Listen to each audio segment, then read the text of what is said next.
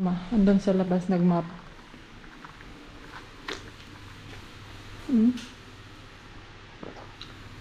Hindi niya alam day na bayaan ko lang siya day.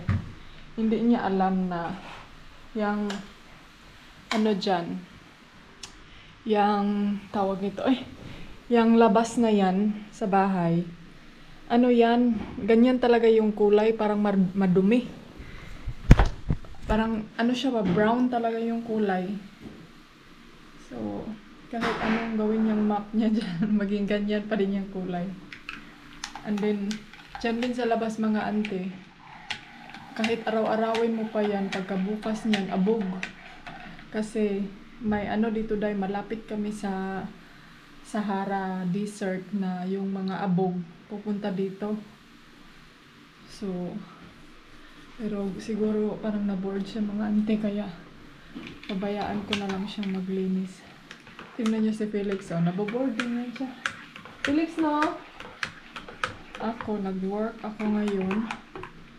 Ang dami kong pinarbaho ngayon mga inday. So, at saka naligo ako kanina.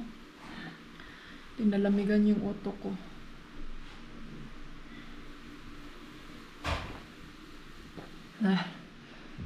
In my life as a Filipina na nakapag-asawa ng AFAM, tsari, mang lipstick ta, kay nakaasawa tag-AFAM, tsari.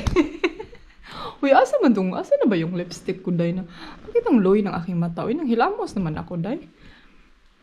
Uy, alam nyo ba, kagabi, ang aga kong gumising mga antikel, siguro mga alas 3, mura ko Unsa man to kung damgo? Uy, wa mo ko kasabot ato kung damgo, day nga.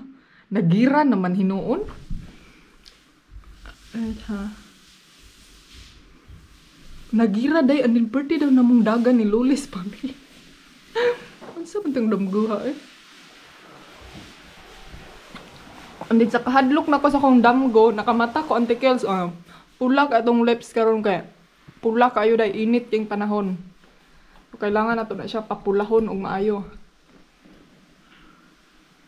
Wa na ang rebisco nga biskwit nagkuan na. So, si Mama kanina siya yung nag-prepare sa breakfast. Good morning! Say to you, good morning. Good morning to the viewers. Say good morning. Can you hear? Yeah. Oh, okay. Abi na kong bisa ka na. You say good morning to me. Yes. Nag-ano kami, day? Ouch! Kasakit. Yeah, Ano naman ni si? Why did he put this out? Ay! Hamano, good morning! Lebe! Ang ganda ng ano,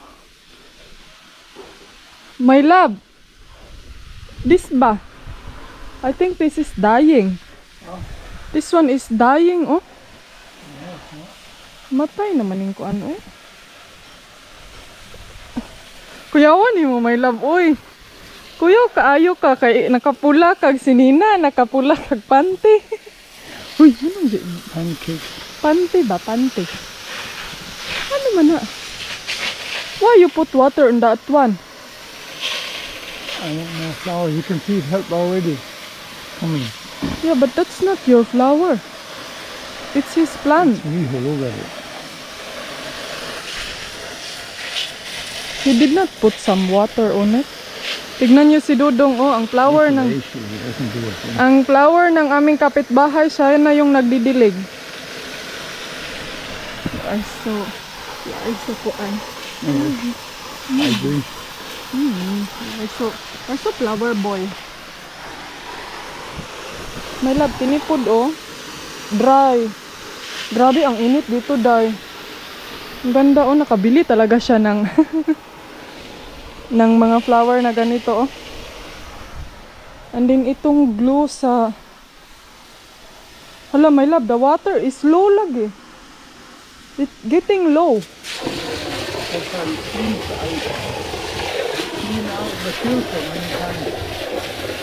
Ay, ana, day na siya. Mag-low, low. Low, low, low, low. And then ito, kagabi, ang ingay namin day, nagpukpok nitong bakal, di ba? Nakita nyo to sa last vlog ko. Na nilagay namin dyan, and then maraming nagsasabi sa inyo na, I mean dito sa bucket, Na inday ani hindi yan pwede kasi ano kining ang bakit hindi malakas. Ngayon day minove na naman niya doon sa anong tawag dyan? Barrel. So kailangan naming pukpukin tapos ang ingay namin kagabi. Ito yung bagong lamp. Change namin. Hi, thank you Lord. Thank you sa good weather. Be thankful na inday ani wag ka na magsireklamo kay sige kag reklamo init. Ay, ayaw na sigreklamo day. Be thankful na. Be thankful for everything. And then yung lamp, nung isang araw, yan nasa ulo ni Dodong, naglagay kami niyan. Suko kay Sbian, si mama kay, ngano lagi dong ibo. Bakit dyan daw ilagay ang lamp? Ang dami man dong place na pwedeng kalalagyan. Ang hirap pa naman. My love, I want to make the one that you make in Coco Palace. What? The one you make in Coco Palace ba? The cave. We should make that one also here. What? The cave. Hey. Yeah. Ah, yeah, that's a big job, I tell you. Did you make that one or can we buy that? I saw somewhere that we can buy.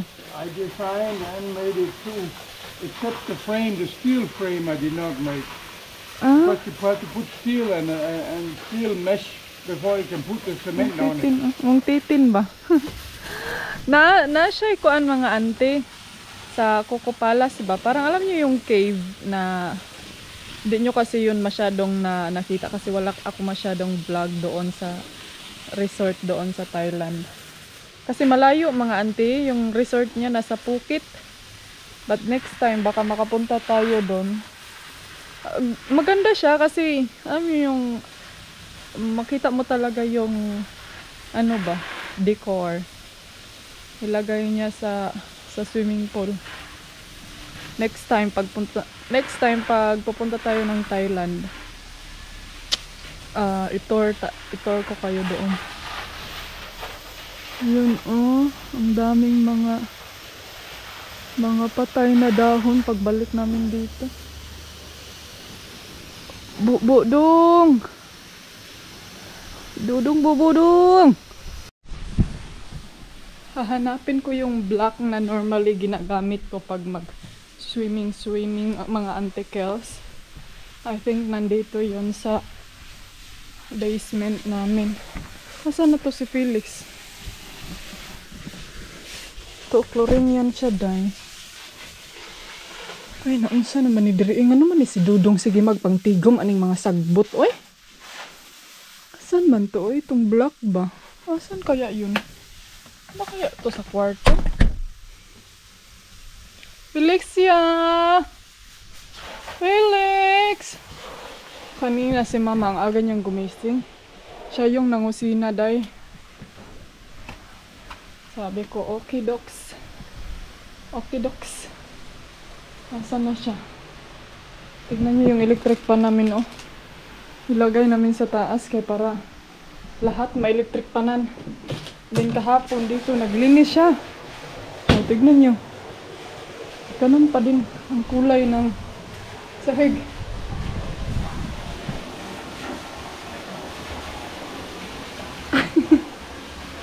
Ang sama ning na. Wara-wara man siya Ayan mga antikels. Itong ilaw isa dito day naka-turn on. I-arrange ko lang itong mga nahugasan kagabi sa laundry. Nilaundry mo na yung Nilaundry na ang mga plato. Antikels. Anong nangyayari sa'yo, day? Laundry mo na ang mga plato mo dyan, day? Anyway, ka-chat ko yung mama ko. Tapos sabi niya sa akin, Ani, magpasalamat ka naman dyan sa mga comment lagi daw. Sabi ko, ma, pag isa-isahin ko yan sila, ang dami na nila mga antikels. So, isa-shout out ko na lang kayong lahat dyan, no? Maraming salamat sa mga nagko-comment sa atin dyan. Thank you very much sa walang sawang panonood sa ating mga travel video at mga kaganapan sa buhay. But anyway, alam ko may mga solid followers talaga ako dyan mga ante. At saka alam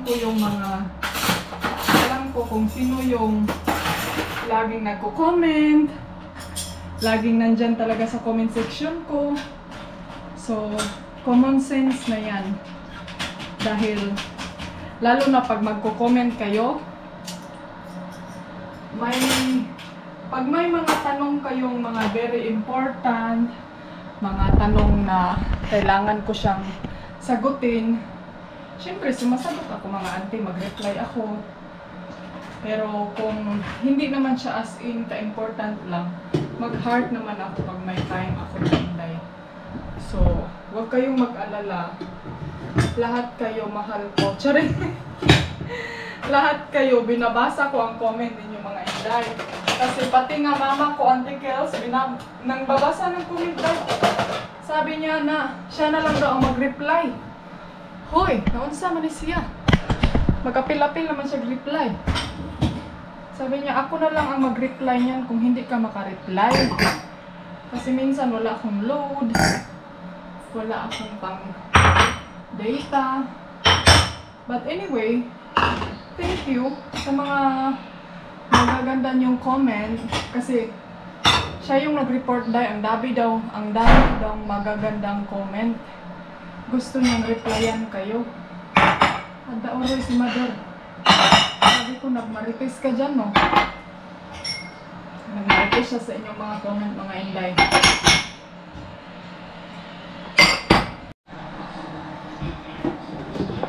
So, ayan mga Auntie Kels. Ito na naman tayo. Hugas na naman tayo ng mga baso. Kay, alam nyo ba, ngayon, hindi ko feel hindi ko talaga plok man mo ay. Hindi ko talaga feel magamit ng dishwashing dye. Alam niyo ba kung bakit? Dahil mainit ngayon. Tapos I think pag summertime ba, I think lang ha. Hindi ako sure kasi first time pa namin tong nandito na summertime. So takot ako dahil baka mahal yung bill namin ngayon sa electric at saka tubig.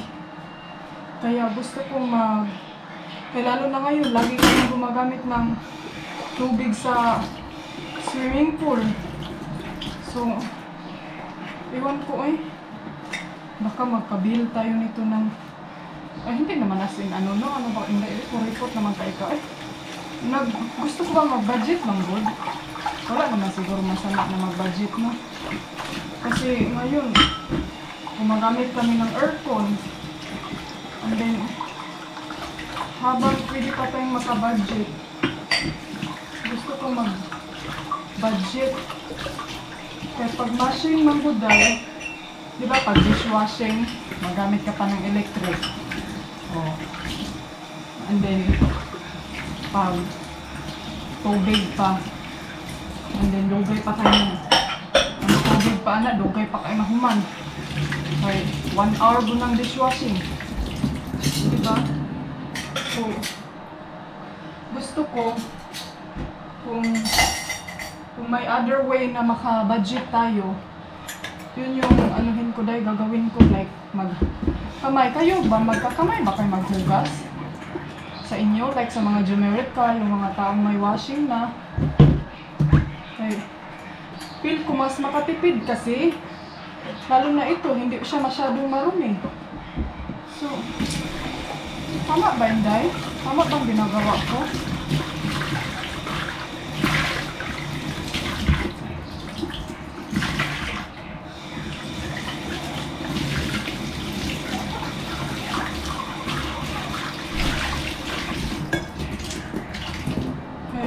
Diyos ko. Malayo pa yung builder pero parang kinabahan na ako. Kinabahan na ako, nag-iisip namin yung Auntie Kels. Kaya feel dyan ako, mahal ang kurente karon. I mean, mahal ang bill. Kaya yun nga, diba? Summertime. Hindi lalo, ginakang tubig namin ngayon dahil andar dito, andar doon. Walang katapusang andar ang tubig. Hugas dito, hugas doon. Alam nyo, na-notice ko ba, pag tayo ay may edad na talaga, no? Parang nandyan na yung isip natin sa pagtitipid. Kaunsa naman kaindaan eh. Pero wala naman masama sa magtipid. Dahil huwag kang mag-alala. Walang masama dyan.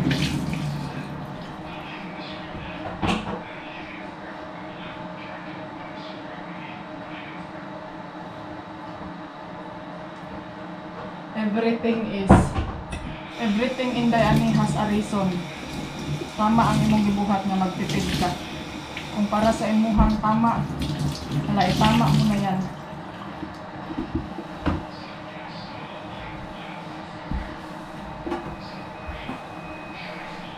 Pero anyway mga ante, kami kasi, since doon pa sa Pilipinas, ganyan kami ganyan kami maghugas. I mean, marumi man siyang tignan, hindi siya malinis kasi ang dami pang kulob-kulob. Pero at least, nakasave tayo, di ba?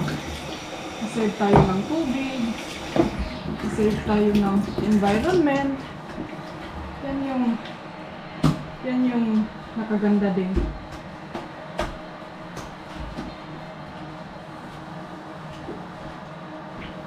Sabi Diani ba, save environment na giday?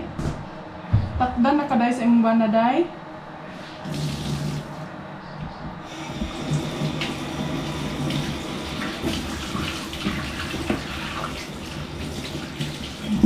Ayun, tapos na.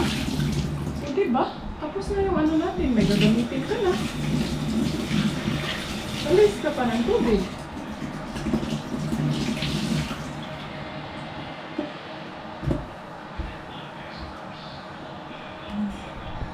Inom na lang ako ng gamot ngayon.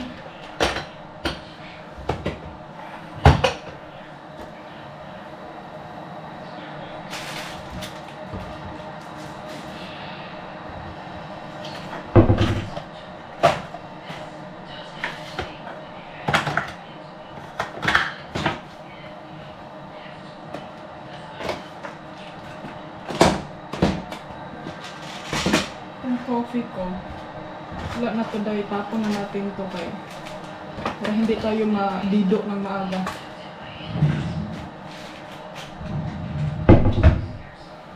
Diba? Malinis na. Malinis na ang ating kusina. Minsan mama, andun siya sa labas. So, ayan mga antikos. Mag-toothbrush tayo dahil kasi ano yung ngipin ko sa coffee. I mean, yeah. Yun na nga. Hindi siya 3-in-1 ha. Hindi na ako uminom ng 3-in-1 ng mga antikos. So, kayo makalala.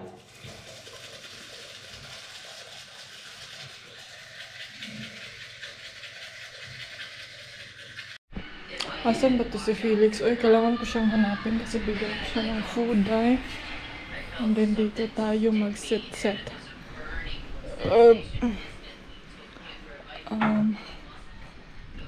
Pataas natin tong umbrella dito para dito tayo mag-chika-chika. Chika-chika chorba galore.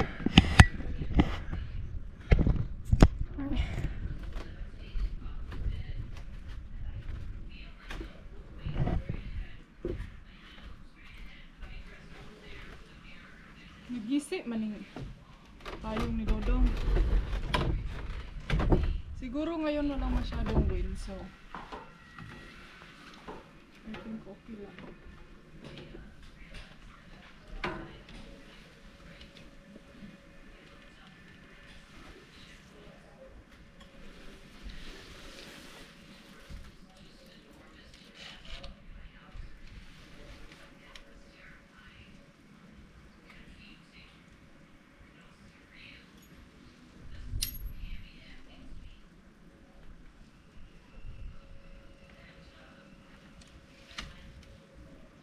Comment kayo mga antikels kung alam nyo ba kung saan tayo pwedeng bibili ng bagong umbrella. Kailangan namin bumili ng bago nito kay nagisi na siya dayo. Lumipad sa hangin. So,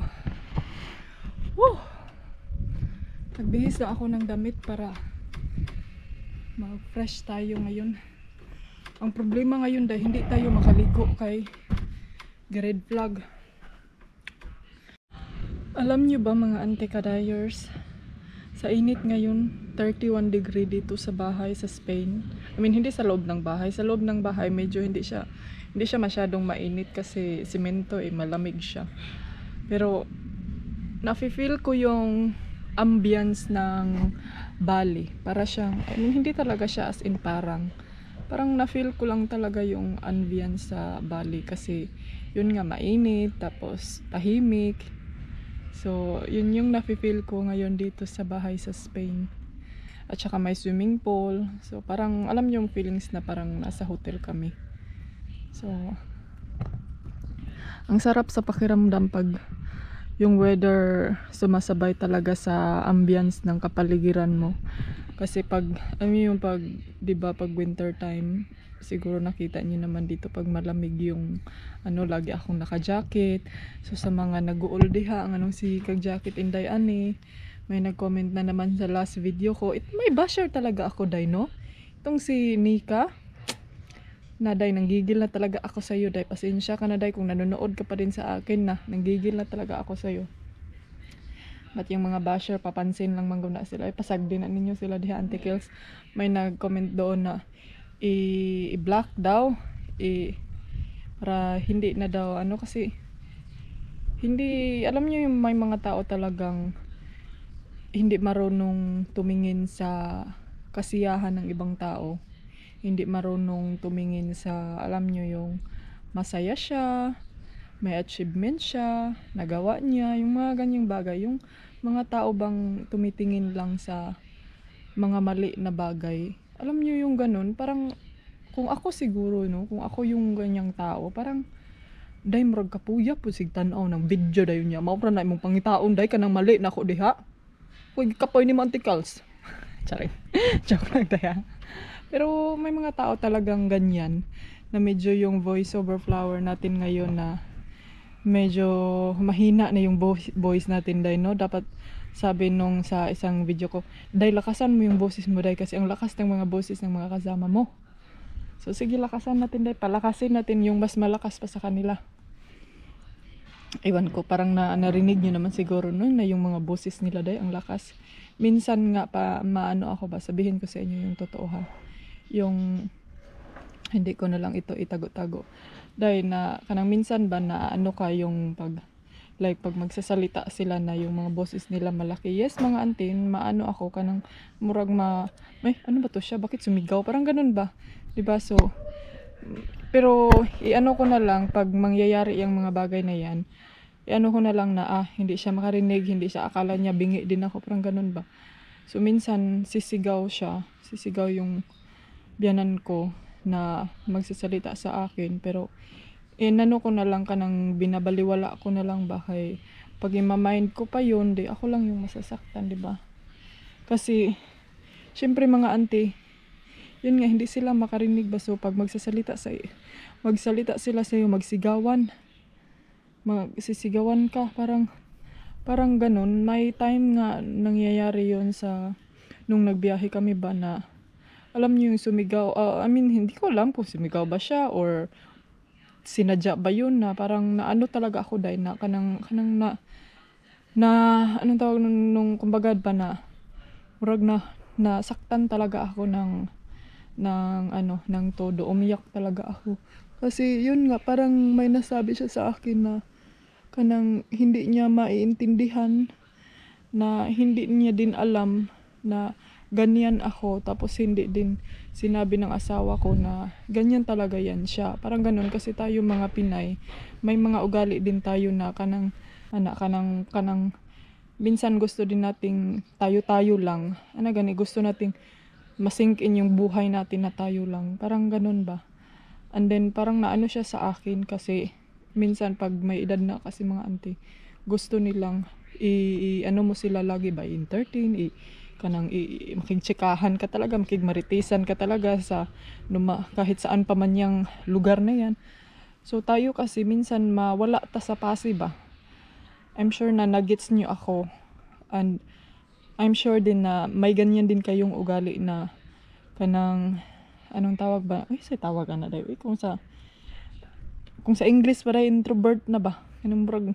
Pero hindi siya as in totally na introvert ako, no. Yung may time lang talaga na gusto kong ako lang mag-inusara, ana god. So labi na dahil na panahon na to nga, labi na napalapit yung mga ano natin, yung kabuwanan ng pulmon, yung kabihasnan na dahil ay gyud kog taruga dahil kay na. Wag mo talaga akong galawin inday. Kay pati asawa ko banghagon gyud ako na muratag ka ng para tayong ano ba? Para tayong sa tawagan para tayong aso na pag ginagalaw mo, natatahol. Ganyan ako mga auntie, pero minsan na ano ko din na nagwo-worse yung ugali ko na ganyan nang dahil sa aking edad na rin na alam yung papunta na sa kabihas ng bagay.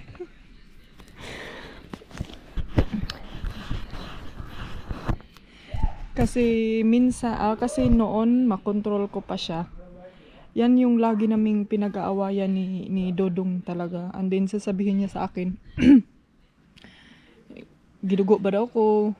Gidugo na ba daw ko? May menstruation na ba daw ako? Kasi yun nga, parang na-notice na niya ba na nag-iba na yung mundo ko. Nag-iba na yung mood kung sa kuan pa. Ganyan ako dahil grabe ako pagka nagaling palapit na yung mood ko dahil either iiyak, either magsagol-sagol na. And then pag aatake pa yung depressed na, Diyos ko, iwan ko na lang. Kaya pag may ibang tao, piniprepare ko talaga mga auntie na magdistansya ba. So yun yung nangyari. Tapos yun parang naano talaga ako dahil parang kumbaga sumabog ang inyong antikels. I mean, hindi ko ito na-share sa inyo last time kasi yun nga no, nag-focus ako sa mga views, sa mga ano. Pero yun nga, may mga time talaga na parang wala ako sa aking sarili na parang wala ako masabi kundi hala, to see as to believe na lang kayo dahil. Kung ano yung nakikita inyo, yun na lang. Wala akong masyadong na-marites sa inyo kasi yun nga, parang nablangko ako. May iniisip akong ganito, may iniisip ganyan. So, sabi ko, next time na lang tayo mag-chika pagdating sa bahay kasi sit down. Tara, mag-chika, tagtibok lang. 1 hour mag-chika. Sabay ligo-ligo. Sarap maligo, oh. Ano, sama. So, ayan mga antikels, pinatay ko lang yung mga electric fan doon sa kwarto kay para di punta kalas o kuryente day kay murag. Feel na ko na 24/7 ang electric fan. Ay.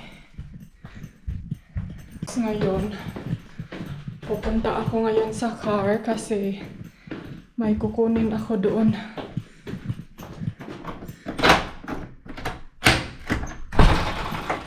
May kukunin tayo sa car mga antikels na mga mga props natin. Props na lang be. Huwag mo nang pahirapan yung sarili mo. 29 degree lang ngayon pero parang feel ko dahil na nalipong ko. Nahihilo ako dahil. Ko alam kung bakit. But I try my best to do something para hindi ako mahihilo. Oh, hinihingal ako dahil. Hinihingal ka inday ani. Bakit? Dahan-dahan lang dahil. Dahan-dahan lang inday.